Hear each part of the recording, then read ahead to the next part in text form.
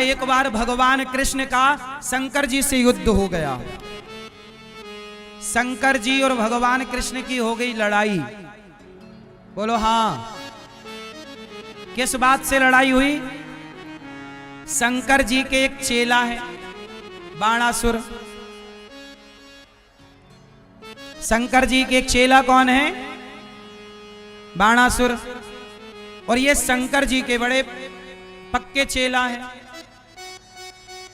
तो एक दिन भगवान ने बाणासुर, कृष्ण ने, बाणासुर बड़ा मनमाना करने लग गया, शंकर जी का बल पाकर तपस्या से गलत काम करने लग गया। तो भगवान कृष्ण लड़ने गए तो चेला ने गुरु जी को बुला लिया, हे शंकर जी आओ हमारी रक्षा करो। तो शंकर जी आ गए।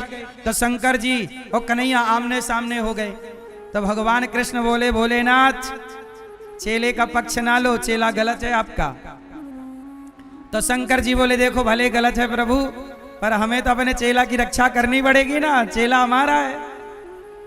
तो शंकर जी बोले, कन्हैया बोले ठीक है।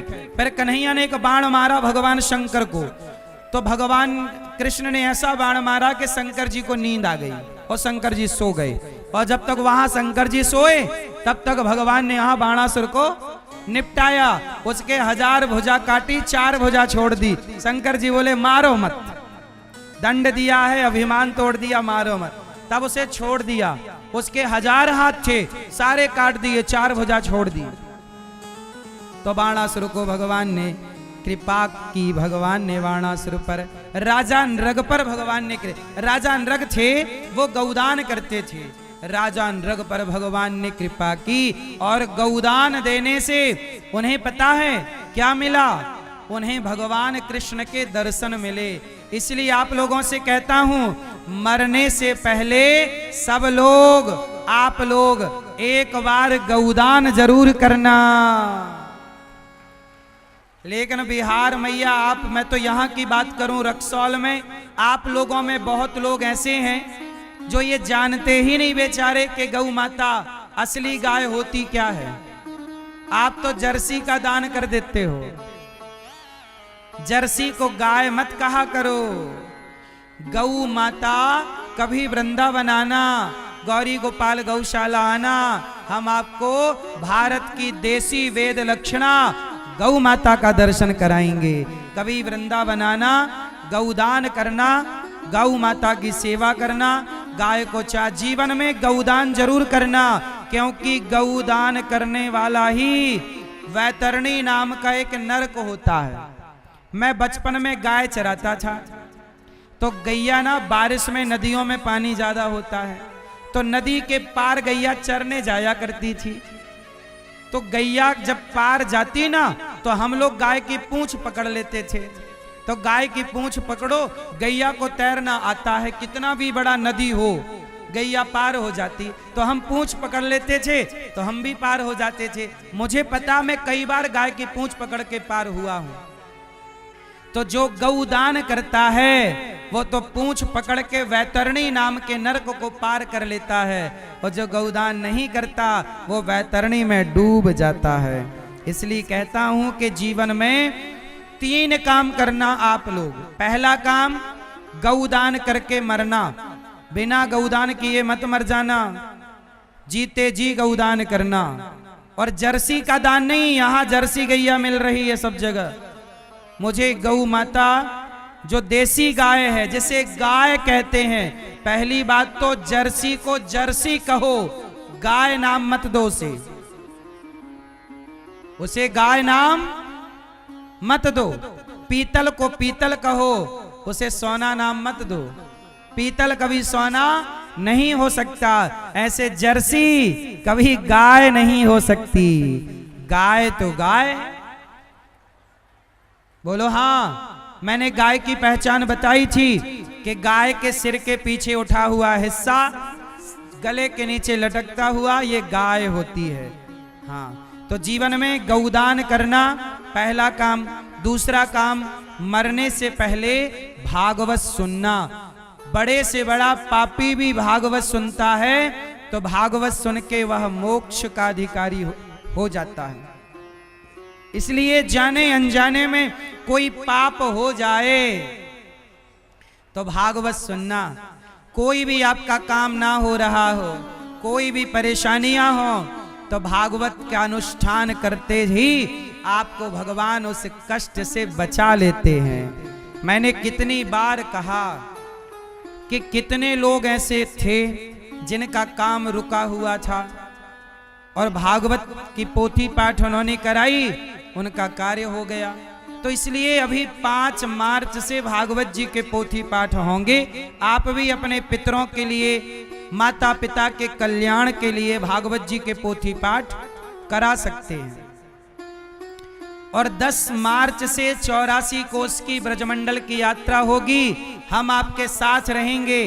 तो साथ में हम आपको 84 कोस की यात्रा, गाड़ियों से यात्रा होगी, गाड़ियों से परिक्रमा होगी पूरे ब्रजमंडल की। आपको भी नाम लिखाना है, चलना है तो नाम लिखा लीजिएगा, चलना है तो संपर्क कर लीजिएगा।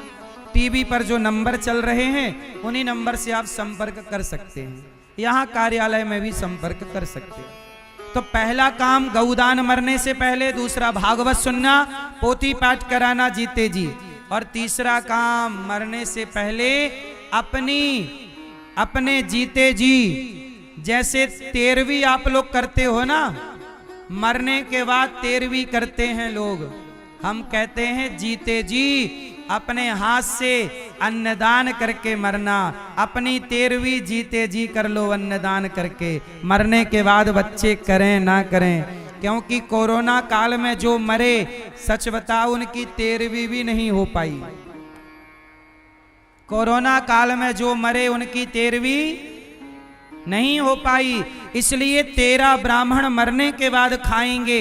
हम कहते हैं जीते जी दीन दुखी को, जीते जी साधु संतों को, जो गौरी गोपाल आश्रम में हजारों संत भोजन करते हैं, आप जीते जी संतों को अन्नदान कीजिए, जीते जी भोजन का दान कीजिए।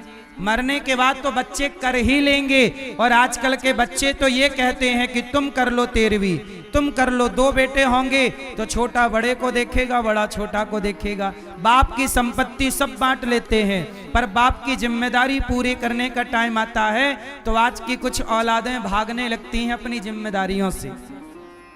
ये बात सही है कि गलत है? क्यों मेरी माँ?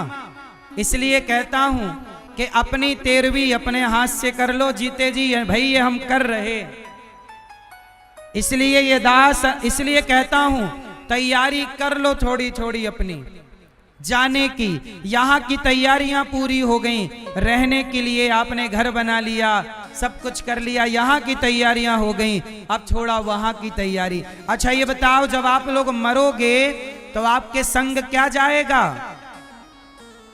पैसा जाएगा? बोलो मेरी मां। मैया सोना चांदी जाएगा? ये हार वार जो बनवा के रखी हो तिजोरी में मैया, ये जाएगा? नहीं। आपके साथ क्या जाएगा? देखो ये हमारी मैया बेचारी इतनी वृद्ध हैं, व्हील चेयर पर आई हैं, लेकिन इनकी श्रद्धा देखिए कि व्हील चेयर पर बैठकर भी मैया कथा प्रेम से सुन रही हैं। इतनी वृद्ध हैं, ये समझ रही हैं कि मेरा साथी कौन है। आप भी समय रहते समझ जाओ, कितना भी पैसा कमा लो, आपका पैसा आपका साथी ना होगा। जो आप जीते जी पुण्य करोगे, किसी साधु संत को भोजन कराओगे, दीन दुखी की सेवा करोगे, वही पुण्य हमारे संग चलेगा। इसलिए हम रोज आपको कहते हैं, रोज कहते हैं, भला की जय भला होगा, बुरा की जय बुरा होगा। भला की जय भला होगा, बुरा की जय बुरा होगा। वही लिख लिख कर क्या होगा, यहीं सबको चुकाना है।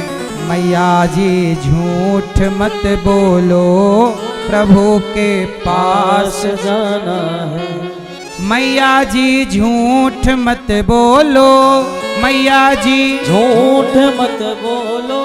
भैया जी झूठ मत बोलो, भैया जी झूठ मत बोलो।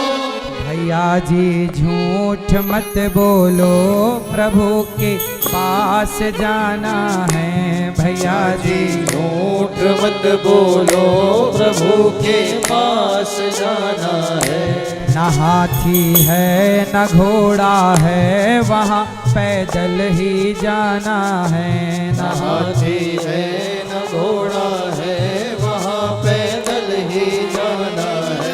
न हाथी है न घोड़ा है, न हाथी है न घोड़ा है, न हाथी है न घोड़ा है, वहाँ पैदल ही जाना है।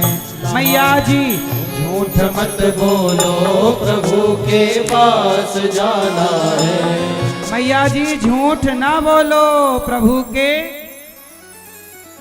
भला की जय भला होगा, बुरा की जय बुरा होगा।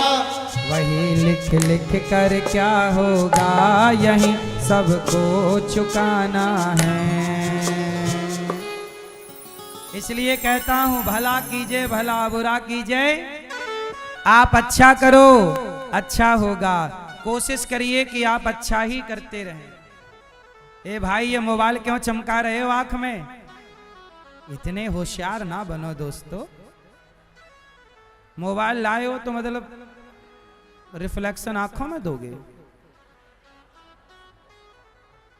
तो मेरी मां क्या करना है आपको? भला